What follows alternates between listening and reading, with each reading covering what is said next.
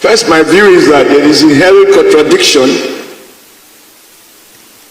if you look at the provisions of the Constitution.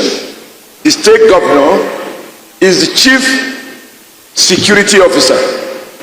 What is the tool of enforcing security? If a state has to have responsibility for primary health care, can it do so without the Ministry of Health? So I cannot be a state security officer. I have no control. I can't give orders to the police. I can't discipline my instrument of control. I cannot promote. I cannot recruit. So it's like calling me a husband, but I have no wife. So I think that over the ages, people have realized that the system as it is isn't working. And I can tell you, because one of the issues raised by those who have spoken include the fact that they think, will the state be able to fund the police? Nobody will be able to fund anything you do not believe in. Where we put money is a reflection of our values and of our priorities. And the responsibility of a state, of a subnational government, just like a national government, is to lay out its priorities and allocate resources in a manner that reflect those priorities. I can tell you, as a governor, a former governor and current governor may dispute it if they so wish. But in truth, the amount of money I had to spend to procure vehicles, communication gadgets as governor of Edo State was much more than the federal government vehicles that we had in Edo State. Unfortunately, my responsibility aimed at procuring these vehicles. When they are misused, they are mismanaged, and I even suspect that they are stolen by those who are supposed to maintain them. I do not have the legal enablement to go beyond asking questions to enforcing discipline. And people talk about possible abuse. My response is, even today, our Nigerians, including the media, not amplifying some cases of abuse of federal police, either by federal authorities or even by state authorities, misusing the police. I listen to them. I think the point is, you can't have a subnational government charged, among other things, with the responsibility of contributing to the maintenance of law and order and protecting life and property, and deny any of the levels of government the means with which to do so, and yet to hold them responsible. Every day in the Senate, we receive reports, and even some of our senators are harassed by their constituents. Why are we exposed to these avoidable crimes? I can also tell you for a fact, as governor of Edo State, we have cases in which the commissioner of police identified and arrest some criminals, and then there is a call from Abuja that those criminals be released, and to my pain and helplessness, they are released. I had a case in which I accused the police authorities where my personal assistant was assassinated. The report by DSS points to one thing. The report by the Nigerian Police Headquarters suggests otherwise. Completely incoherent. And I'm helpless. I can see the officers involved in the crime, but I can do little or nothing about it. So my argument is, those who talk about whether this will be properly done, it will be properly done. That is why we are in a democracy.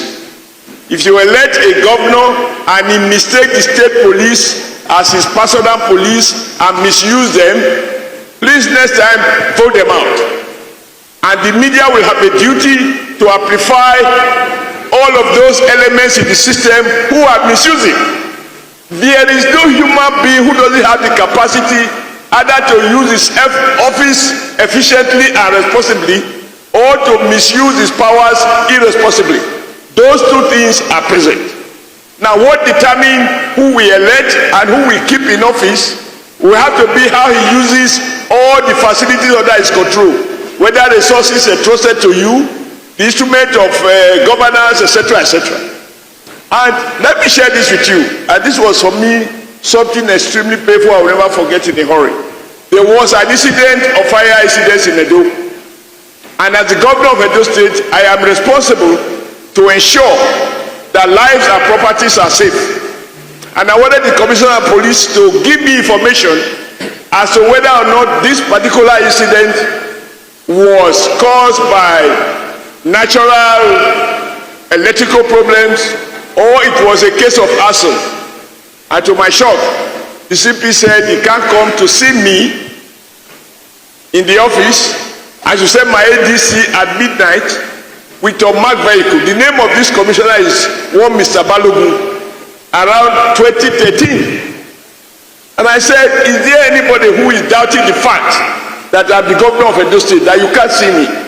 So when people even talk of abuse, they proceed to suggest as though currently there are no abuses. There are. Let me conclude by saying this. You cannot, unless you amend the Constitution to remove the word governors are the chief security officers of their state. Just to comply with that segment of the Constitution, the governor needs the instrument to perform as a truly chief security officer. And lastly, is it the fact of being at the national level that informs your character, or is it the nature of your person? Because the question of misuse of power is not limited to any particular arm of government. So I think that at this point we have to look at the debate over the years, because I also I heard you saying, why now? Why not now? Why not now? Because even when I was governor, before I became governor, this issue has been in discussion. And I watch from my lives every day. You join the rest of the people lamenting what has become of our country. You catalog all the failings of security. Can we stop at lamenting?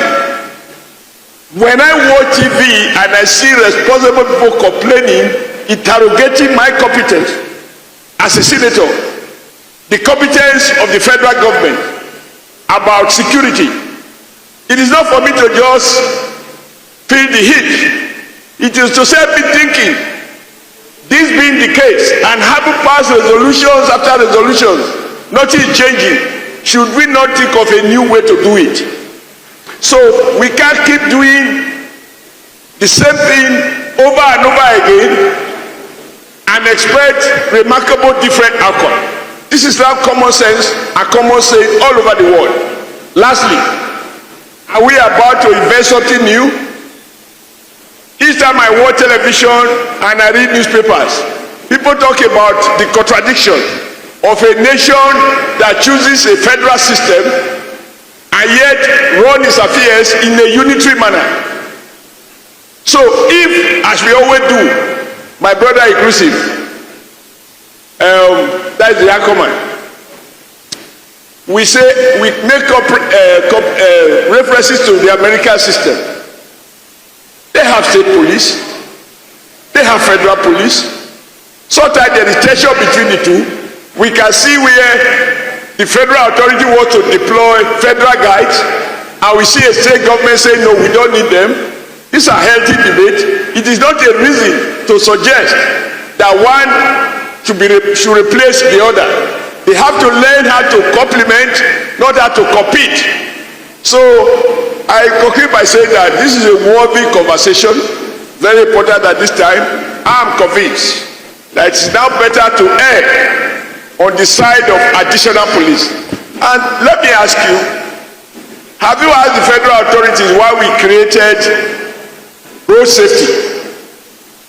That should be a department, or used to be a department of the Nigeria Police, the traffic division. Are our roads safer? Then we created civil defense. How can you be civil if you carry a weapon?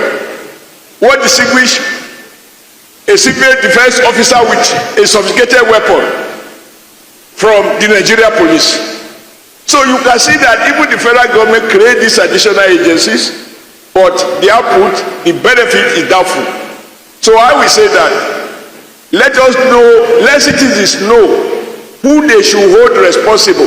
If they are shouting at their governor, I am under attack, let the governor deploy his men. If he doesn't deploy, let the people vote against him in the next election. For me, that is it.